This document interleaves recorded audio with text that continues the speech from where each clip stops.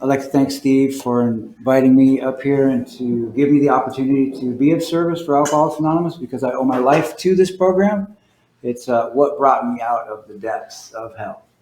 And there's a theme that I'd like to pick for tonight. I like to always have some sort of theme. And that theme exists on page 152. And it says, can or do I have a sufficient replacement for alcoholism?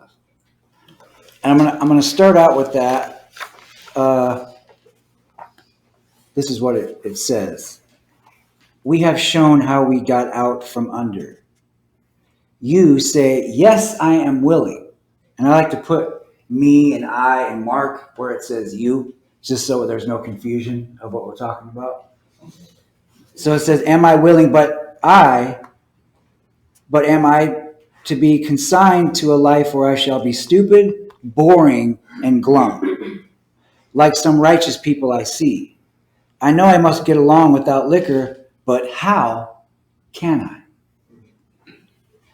Have you a sufficient replacement or substitute? And here's the promise. Yes, there is a substitute, and it is vastly more than that. It is a fellowship in Alcoholics Anonymous. There you will find release from care, boredom, and worry. My imagination will be fired. Life will mean something at last. The most satisfactory years of my life exist ahead. Thus, we find the fellowship, and so will you. Now, for me, I got here on my fourth term to prison was the day that I surrendered. Every prison sentence, kind of like our friend John spoke about, was another revelation on how I will intellectually try to figure out how to beat the game. I'm going to intellectually figure out how to solve this problem that I have, this reoccurring nightmare that seems to be happening to me. I'm not going to go too far into my story, but when I tell you I'm an alcoholic, I tell you that I have been the eyewitness of 1,000 things that never happened.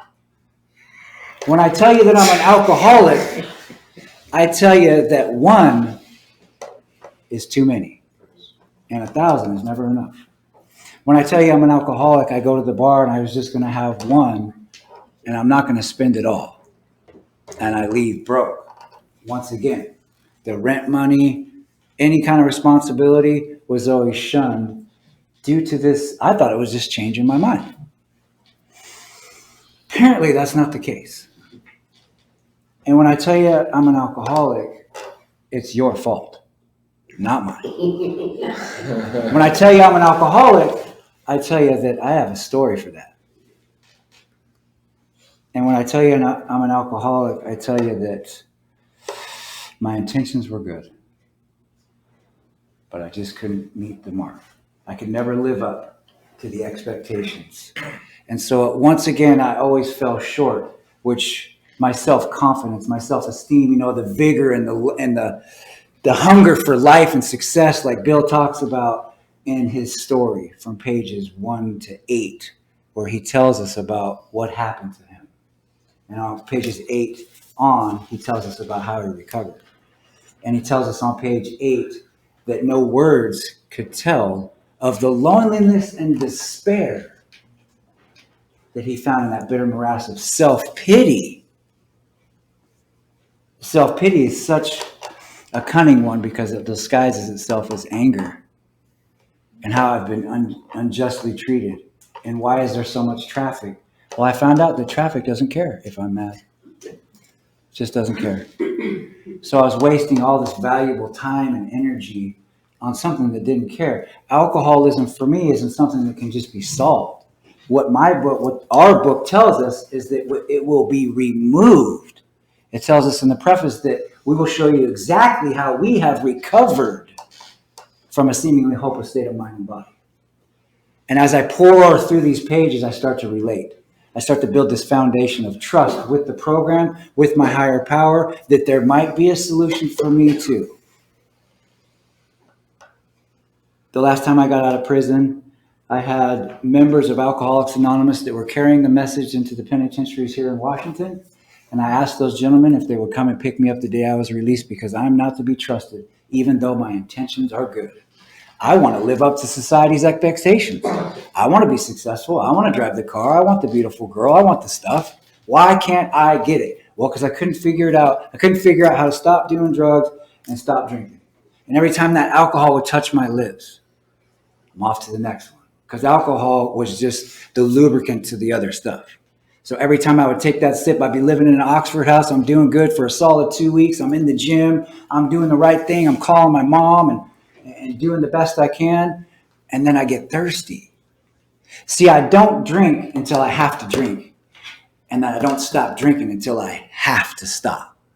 Prisons, jails, detox centers, hospital visits, time and time again. I've almost lost my leg several times from cellulitis and other affiliated things that have to do with drugs and alcohol. And so there's plenty of evidence for me to surrender. There's an abundance of it, that what I did, my plan was not working. So step one is surrendering to the fact that I cannot control it, in which, no one likes to admit that I'm abnormally different from my fellows. Oh, you're a little different. You can't just take one. You can't just go to the casino for, a little bit. We're not just going to have fun anymore. I'm going for oblivion, to try to stomp out what I had done last night, the month before, the week before. Look at your life.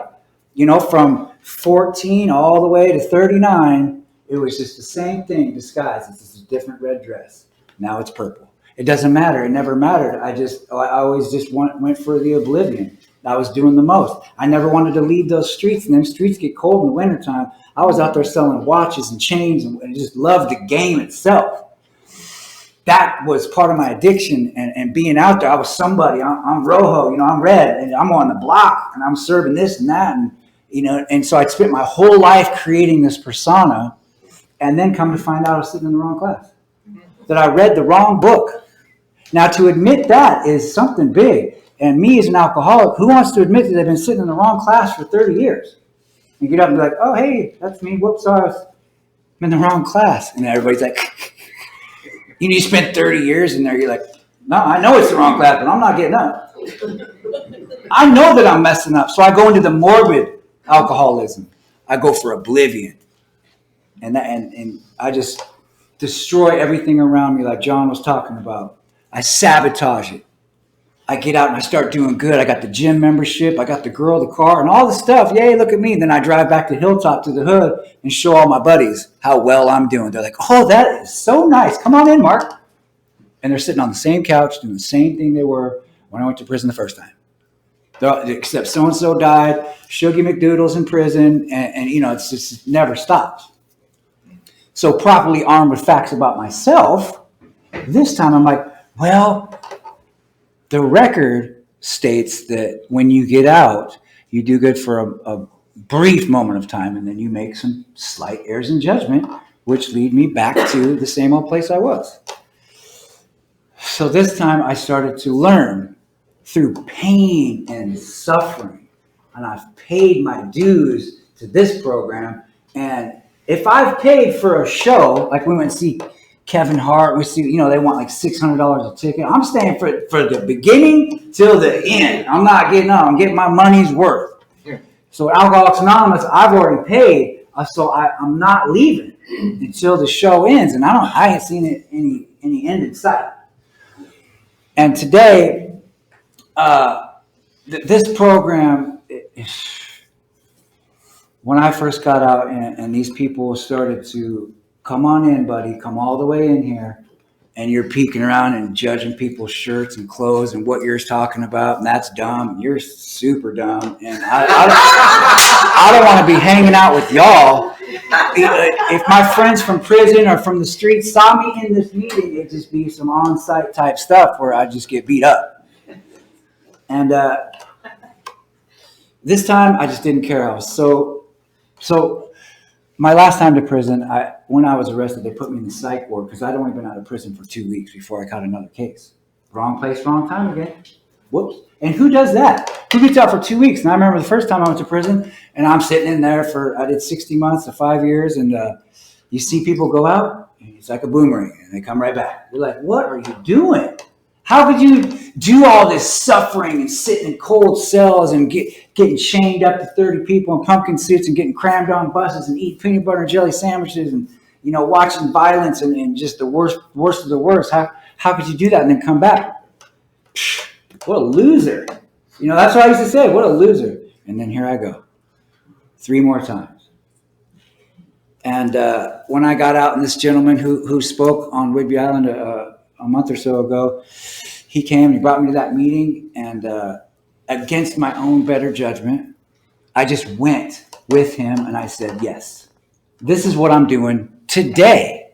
I'm not worried about tomorrow, because I really want to iterate the fact that this is not an intellectual program. I cannot sit here and intellectually tell you how I recovered from alcoholism. I just can't. There's no words or combination of words that could tell you how the obsession was removed.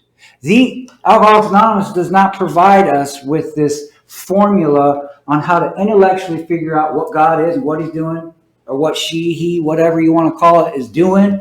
It just, for me, I just did the next right thing. I don't know about God. I'm not out there praying on the streets. I'm not doing that. I wasn't doing a lot of foxhole prayers. It was just an occupational hazard to go to prison. Whatever, man. You guys want to pray? Cool. Sounds like it's better than what I'm doing. So when I got a sponsor that first day I got out. Within 24 hours of my release, I had a sponsor. How that happened, I don't know. I just did what was suggested. Was that what I wanted to do? I don't know. I don't think so. And so I got that sponsor, and that very night, these people embraced me. That I have no clothes, no shoes, no money. I'm at ground zero, which is perfect. It's so perfect. And I'm sleeping on my brother's kid's bed. Spider-Man sheets, and my feet are hanging off the edge. And I did not care one bit. I'm like, cool, this is perfect for me. This is perfect. And I just kept doing this, like this gentleman here. What was your name? Vito. My man Vito here, he got 8 days, right? 5, whatever. But he's telling me about the coin that saved his life yesterday. And, it's just these moments. I'm just trying to get through the next moment. And when I build this fellowship around me, by doing the action in the book, I have somebody to call. And so I'm out. I get the sponsor. I'm doing the steps. I'm going to the meetings. I'm doing all the stuff. And I see another guy that's probably got 0 time. He's still on one, right? And I know exactly what drugs you did last night. I know exactly what happened this morning, because by the expression on your face. And I'm like, oh, it looks like you've been up all night. You woke up next to her, huh? Yeah. And I'm like, perfect, because I connect with you. I know exactly how you're feeling. I've got 10 days clean, sober, and you've got less than that. So let's hook up. So he ended up giving me a ride home. And then the very next day, I was supposed to go do this boogie bash where we all celebrate people's clean time. That sounds totally dumb to me, but I just did it. And I freaked out. This is the only time I can really genuinely say that I was thinking about drinking. And the AM PM sign is blaring the Four Loko picture, which was my favorite drink. I love malt liquor. On the street, it tastes much better. And I'll just roll down the street like that. And so I'm freaking out, pacing back and forth, and I'm like, well, they tell me to call people on this silly little list you all got, and I'm supposed to call numbers off it. And so when my sponsor didn't answer the phone, I'm like, well, if this next person doesn't answer the phone, it's AA's fault, definitely, that you guys don't have some sort of safety net for me. I'm freaking out right now. Everybody should know that I'm freaking out. Selfish is self-centered to the extreme, page 60 to 63. That's where I live. And so I made the next call, and guess who answered the phone? The guy that I had just met the day before that had 1 day sober. And he came to that event, and we went in together. And then when I pushed through that fear, I got to meet the next group of gentlemen that said, hey, why don't you come to this spiritual retreat we're having? I'm like, wow, does it get any dumber than this? First, I'm at a boogie bash, and my service position was to put up streamers, and they were pink, so I'm really just tripping out. Like, this is my life. I'm putting up streamers. I'm hanging out with a 16-year-old girl and an 80-year-old man. I'm like, this is not the business. This is not what's happening, is it? But once I pushed through that fear, once I quieted the mind, where it says pause when agitated, pause. In that pause, I find my higher power. That's where my God is, in the pause. And so now the next week, I'm going to a spiritual retreat. I'm holding hands with guys and praying in some field.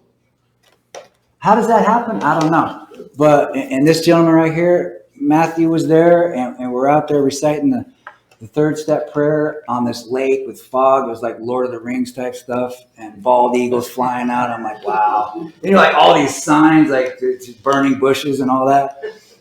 And I'm like, wow, this might work for me. And I continued to do that. My first year, me and this program, no girlfriend. I mean, my beautiful wife is here, who we did date in my first 30, 69 year, whatever it was. But I felt the pull away from the program. I felt the distraction, the texting, and all the stuff. I was like, nope, can't do it. And the relationship was great. We'd never argued. It was a perfect relationship, beautiful woman, just everything that I wanted. And, who would just throw that away? I don't know, but I did. I didn't really throw it away because here we are 10 years later. But patience, the things I said no to revolutionized my life. Hey, Mark, you want to come hang out? Nope. That's what we could practice that with our 6-year-old now. Hey, you were at Disney World. Can I? Nope. Timeshare things that we go to. Nope. And so I kept saying no. And as I look back on those no's, I'm like, that totally altered the whole trajectory of my life. Having that patience and being, okay, I'm feeling the pull away from my God, the relationship that I'm building with self. I've never lived my life without another girlfriend or my friends in my life, and you guys are telling me that I got to change all that. And so no girlfriend, no friends, no going back to the hood, no showing everybody how good I'm doing and all that jazz. I just kept the course. I stayed the course despite what my mind was telling me. Despite that. Because up here, that'll get me killed. It's just my clarity was not very good at that time. And so when I got out this time and I kept doing the right thing and I kept saying no, and I only hung out with people that are talking about recovery. People that are talking about changing their lives. I'm on a BMX bike. It's raining, and I'm going to a meeting at 7 in the morning. So I'm up at 5:30 making beds and praying and doing all the stuff that I've never done before in my whole life. But it was working. And so what I did was mastered the mundane. The mundane things. Again, that's where I find my higher power, in these pauses where I'm praying, I'm meditating, I'm working out, I'm eating healthy, and then I'm going to the meeting. Before my hand hits the doorknob in the morning, I've gotten my mind right. Upon awakening, we think about the 24 hours ahead. That's good knowledge. That's good stuff. I could have stayed up all night and not thought of that. So I continue to do this mundane stuff, but the player in me, the hustler in me is like, this is you, Spider-Man blankets, dude, come on, man. But that's the one that always got me killed, because I remember pacing back and forth at the Oxford House. What a loser. You got 4 roommates. Again, at least you're not in a 5x9. At least you got a little bit bigger box now that you can pace in. And that I remember that relapse so vividly. I'm like, how are you going to have a girl come over when you got 4 roommates? You got to coordinate. You can't be here. I'm going to put a sock on the door if Tammy's over and all that jazz. I'm like, what a loser. I'm out of here. And just because my whole existence depends on what you think about me. So I'm willing to compromise my moral integrity, my intentions and all that, just so I can get a little attention from her. And that got me almost killed several times. And that pacing back and forth when the mind is trying to kill me. It's trying to get me into a room by myself, kill me, and make it look like an accident. It was probably her fault. She made him do it. That's what happened. But those times when I spend by myself, what is my thought life like? What am I doing to improve my thought life? And there's some good information on 86 and 87. It says that I must carry a vision of God's will into my daily affairs. It says that I continue to take inventory. I continue to see where I was wrong, where I was selfish, self-centered, self-seeking, and self-pitying. What could I have done better? Am I carrying a vision of God's will into my daily affairs? What spiritual principle am I practicing today to combat the mind that's trying to kill me? There's no mystery there. When I wake up in the morning, there's something that where you got to get the nicotine, got to get the caffeine. Let's go, go, go. And then I got the spiritual guy. You got to pray first. If you don't do that, your day is going to be crap. And then you got to work out. What are you going to be, just sitting around and not doing nothing and whatever? So there's all these voices, and I got to quiet the mind before I go out and engage in society because I have a new employer. It says that I have a new employer being almighty and all powerful. What am I going to do with him? And what is my thought life today? How am I going to deal with 4 kids, 2 teenagers and 2 other kids and all the stuff? 5 employees. Recovery gives you a big life. How am I going to handle it? It says, page 14? It says, how am I supposed to, if I don't enlarge and perfect my spiritual life through sacrifice and help to others, I won't be able to handle the certain low spots ahead. And they continue to give me these warnings all throughout the book. And when I stayed the course that first year, I accomplished more in that first year than I had my entire life. 39 years of existence on this planet could not sum up to what I did that first year. The amount of meetings I went to, 3 meetings every single day. I promise you I went to 3, sometimes 4. Because that's just the way it worked out. It wasn't like, I'm going to do 3 meetings, It wasn't like that. It's like, I'm going to be super spiritual guy and I'm going to go to these retreats. That didn't happen. That was never on my radar. And again, I didn't try to intellectually figure out, well, why does page 86 and 80? I don't know. It just works. When I do it more, it's much better than my plan, which is step 2. Did your plan work? Is anybody buying your plan? Was anybody buying Monty's plan out there when he was out there drinking scotch and running into stuff? And not too many people wanted to buy that plan. So if you're in the market for a life plan and I presented you with mine, I'm pretty sure you wouldn't buy. I'm pretty sure you would. You've been to prison this many times. You've burned this. You did that. Nobody's buying that plan. So step 2, I'm just saying, hey, man, my plan didn't work. Maybe the God plan will. That's all. That's it. I don't got to give it a lot of thought there. Why does the sun come up over there? Why is that flower pink? I don't care. It just is pretty. Can't we just agree on that? That it works. I don't know why. I'm not going to intellectually try to tell you how Alcoholics Anonymous works. I'm not going to tell you that we come to these little rooms, hold hands, and talk about resentments and pray, and then it just works. Nobody's buying that either. I got to come in, and it's an experience. It's an experience. I can't verbally tell you how this works. But if you come on in and sit all the way down and rest in the fact that it worked for Amy, it worked for Matthew, it worked for Andrew. These guys have been sitting in here for decades, and they're still coming. And it still works if I'm willing to do the work. So again, I'll just talk about gratitude for a moment. And I've journaled my whole sobriety for the last 10 years. I have 10 years and a few days now. Journaling to be able to track what I'm grateful for. And so I can take this all the way back to 2012, May, when I met my amazing wife here. And I can check it all the way back. And that's in my journal of what I was thinking, what I was doing. Because if I can read what I did in 2012 and read what I did in 2016, have I progressed? And the answer is clearly yes. Have I grown spiritually? Have I enlarged my spirituality?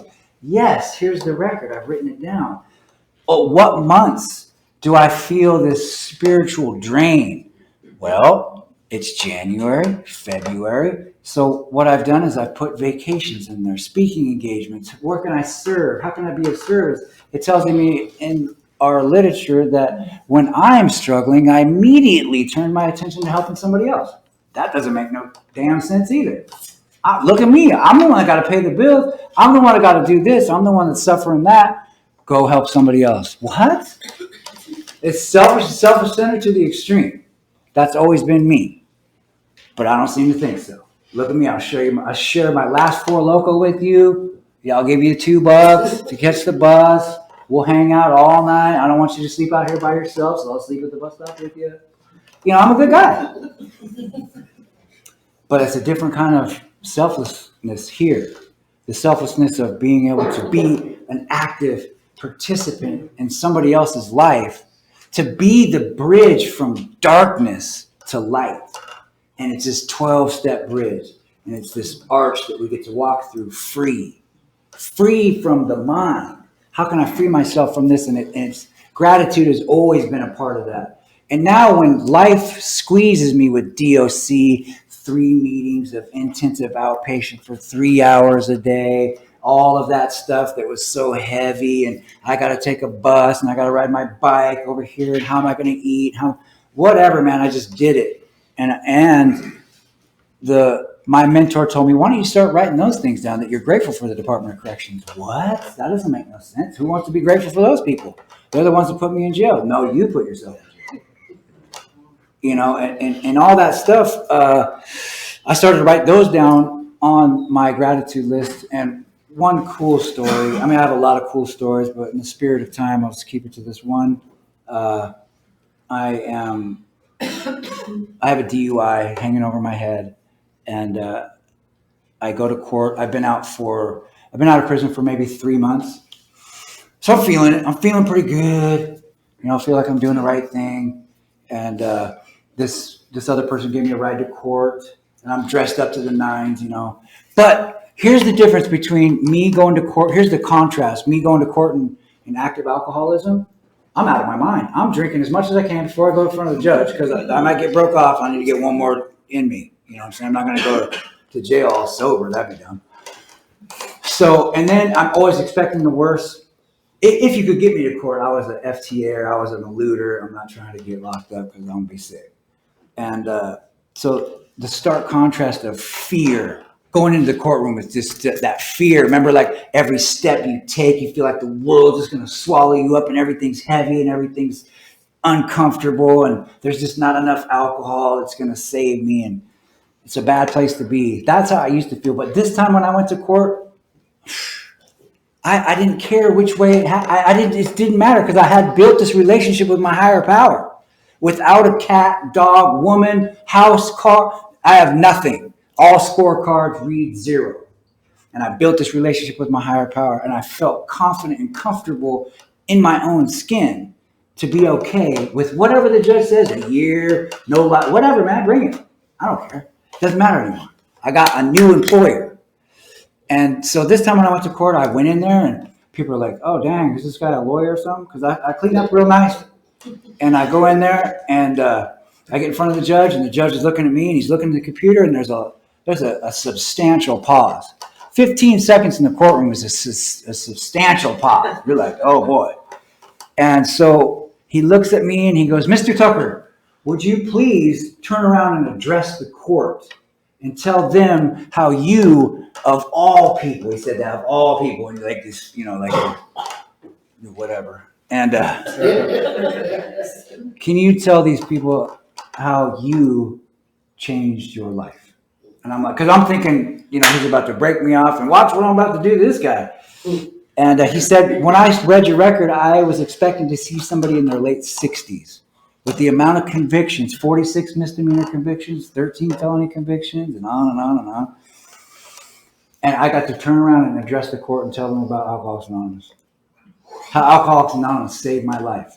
He goes, well, that's fine and dandy. Would you please turn back around? I turn back around. Yes, sir. He goes, well, what I'm going to do for you today here is I'm going to drop the DUI. And it looks like you have a couple other tickets preventing you from getting your license. I'm going to take those off as well. And I want you to go down and get your license today. And I'm like, what? Everybody in the courtroom is just silent now. And I'm looking around. I'm like, wow. I didn't ask for that. I didn't wish for that. I didn't wish for anything. I just was doing the next indicated thing. I was just stepping in faith. It didn't matter what had happened that day, but that is what happened. And I think that part of that is a result of the attitude of gratitude. Continually having gratitude on my heart for the good, the bad. I'm grateful for the opportunity to grow, to learn from this adversity, because if there wasn't for adversity, then how could I grow? There can't be a superhero without a villain. You got to have a villain, and it's right here. There's no mystery there. I mean, the lake could be calm. We're at a same men's retreat that I go to ever since then. We're sitting in there, we're meditating in a canoe. And this other guy's got his brand new puppy pit bull in the canoe. And it's quiet. It's that same lake that I was telling you about with the fog and bald eagles and stuff. We're out there again. And we're just sitting there. And all of a sudden, the dog jumps out of the boat.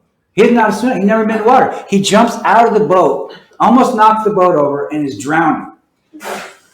And there's just totally nothing happening. I mean, the water was so calm, just perfect. And this dog just jumps out of the boat. And that's what we do. We react to traffic. I react to the lady on the other line, on the other end of the phone. What? You just trip out and nothing's even happening. But it's all my perception. So how can I change this perception? And gratitude is a good way to help silence the mind. And so gratitude's been a huge part of my recovery. And that day was just because I work with sponsees, and they just jump out of the canoe. Everything's fine.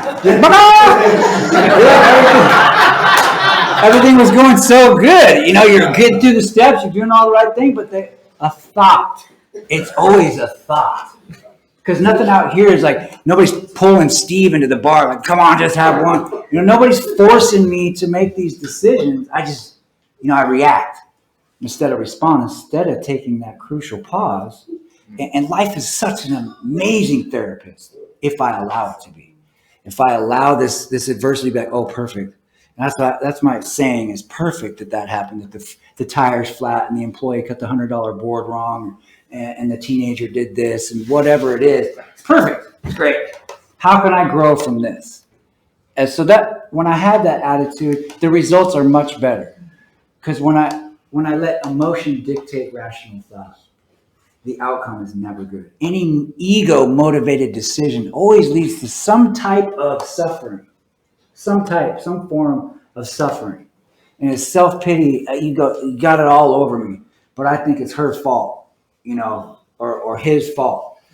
And look at my story. I got this story of woe. Oh, dude, and then he died, and then she died.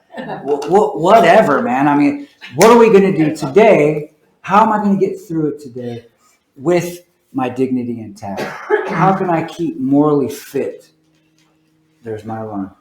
So I'm going to wrap it up. But that's why I live. I read the evidence in pages 60 to 63, where it says that any life run on self-will can hardly be a success. On that train of thought, I'm always in collision. I'm always on course in collision with these other people or things. And I find that to be true. And I really like on page 62 where it says that I'm trying to wrest satisfaction. Rest, meaning seized by force. Rest in 1939, the definition of it is seized by force. Rest satisfaction out of this life if I could only manage you guys better. If you would just start cleaning a little bit more, you would shut up, you would do that, the show would be awesome. If you guys would just give me what I need, it's not that much, just need a little. Just give me a sliver. I live in those pages of the evidence, and then I can reconstruct and, kind of get a daily reprieve by maintaining my spiritual condition, by checking and keeping my finger on the pulse of the disease. Where was I selfish? Was I dishonest? I like to sprinkle a little stuff, on the story, or take a little bit away to make me look better. That didn't really happen. And, so there's not a day that goes by where I ask that question, was I selfish? Was I thinking of myself most of the time? Yeah. What else would I think about? So there's always room for improvement. If I continue to maintain and kind of just stay in those pages of, 86 and 87, 89, and just the strict spiritual principles of 10, 11, and 12, it continues to improve the quality of my life, because the quality of my experience is predicated on the quality of my thinking. So if I'm having a bad day and things aren't working out, of course you're going to be down. Of course I don't like that and all of these things. So when I do have that attitude of gratitude, I have checked in, I have meditated, I have prayed, and it's not like the novelty dime store. Oh, what'd you do today to connect with the being, the existence of the thing that saved your life? Oh, well, I read the daily reflection, and I'm not. This is for me. It's got to be a little bit more. If my loving Creator was here and He lifted me, raised me from the trash heap, relieved me of the bondage of self, relieved me of the obsession to get loaded all day, every single day for 30 years. If that happened, which it did, how much time am I willing to spend with that power? How much? Sometimes it's 5 minutes, and that has to be good enough. I'm just saying. For me, I continue to improve. There's always room for improvement. Maybe I'll make it 10 minutes of meditation today. What would happen if I did that for a month straight? Would the quality of my thinking improve? It has. I'm here to tell you that it has. So in closing, again, I want to thank Steve and all of you for being here. And there's honestly no place on earth I would rather be, and we've been to some pretty cool places, than right here with you guys tonight, because you guys have helped me, and your story has helped me. And my sister relapsed tonight, and we were going to pick her. This disease is killing people all day, every day. It does not discriminate, and we're in the trenches a lot, and we get to see the victories, but we get to see a lot of defeats. A lot of defeats. I get goosebumps. This feeling is so elusive, we follow into the gates of insanity or death. And we have to watch that. But the miracles that happen outweigh that tenfold. And there is a vision for you. And so I'm going to continue to stay and continue to practice these spiritual principles in all my affairs, because I owe my life to the program and to the God of my understanding. And so I'll keep the good fight going. And I thank you all for letting me speak. Thanks.